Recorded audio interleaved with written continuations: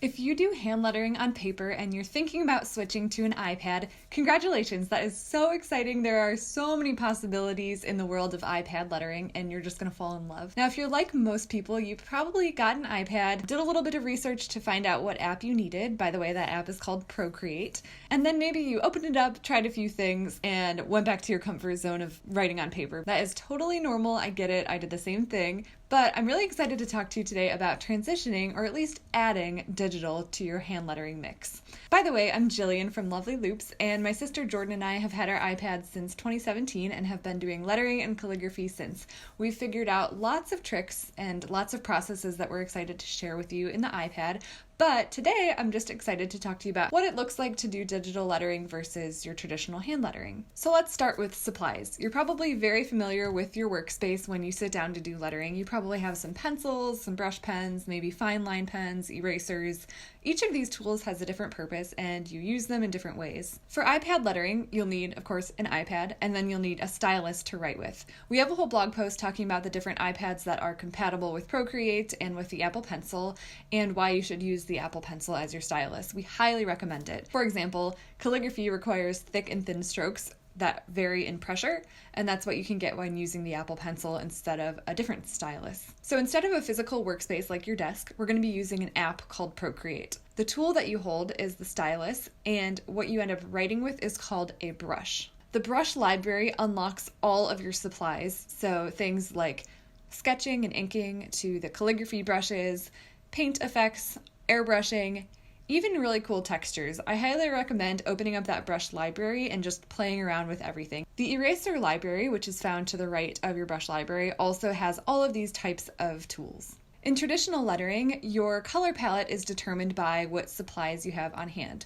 Behind me, I have a ton of brush pens in different colors. So let's say I'm using pink and a blue. I can use those colors and I can mix them a little bit to get some variation, maybe some purples, but otherwise I can pretty much only use those two colors. With digital lettering, your color palette is just limitless.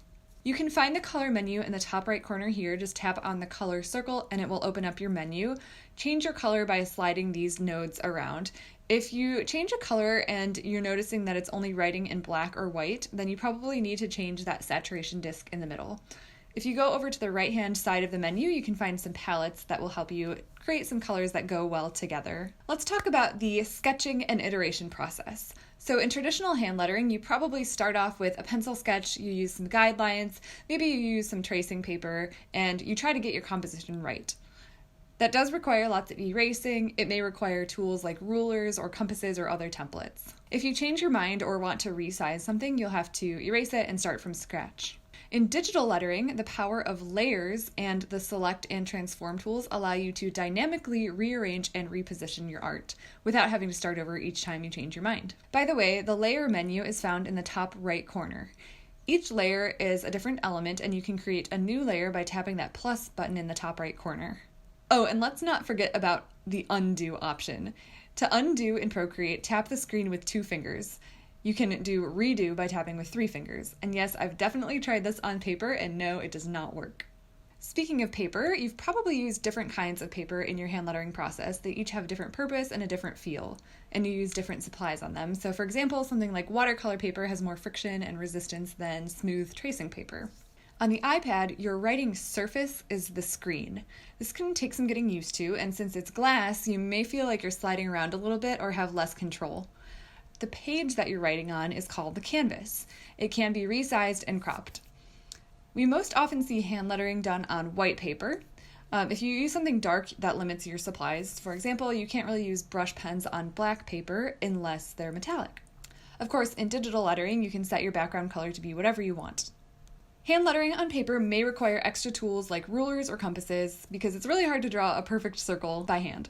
To fill shapes, you also need to take some time to color them in. On the iPad, you can draw a perfect shape like a circle just by drawing your best circle, pausing and holding, and then tapping with 1 finger to turn it into a circle. You can quickly fill the shape by dragging your color drop from the top right corner into a closed shape. On paper, special effects like blending and shadows require focus and are very manual. I actually find it quite therapeutic to just spend time blending ink and making shadows, But if you're in a rush or you're trying to make it look more realistic, in Procreate, they're really quick and foolproof. So for shadows, you don't have to imagine where the light source is in order to get a realistic look. You can do this by duplicating your lettering layer by sliding it to the left and choosing Duplicate. Then change the color of it to a darker color. Do this by going up to your image adjustments, which is the wand in the top left corner, reducing your brightness down to black. Then go back to your layer, tap on the arrow to select it, and then move it up and to the left a little bit. To move it below your color, drag it below, and now it looks like a shadow. You can also reduce the opacity or make it more transparent by tapping on the N in your layer menu and dragging the opacity slider down. As you're finishing up your hand-lettered piece on paper, you can continue to make small tweaks and additions, but otherwise it's pretty much fixed. If you wanted to completely change the concept, resize, rotate things, move things around, you'd have to start over. Maybe you could take some scissors and cut it up. With digital, you can make significant changes at the end, like changing the entire color scheme, individual elements, even hide them, rotate them, move them around. You can even change the background color at the very end. When you're ready to share your work, for traditional lettering, you can take a photo of it or scan your paper. With iPad lettering, it's already ready to share. You can export it as an image file by going up to your actions, choosing share, and then sharing the image as a JPEG.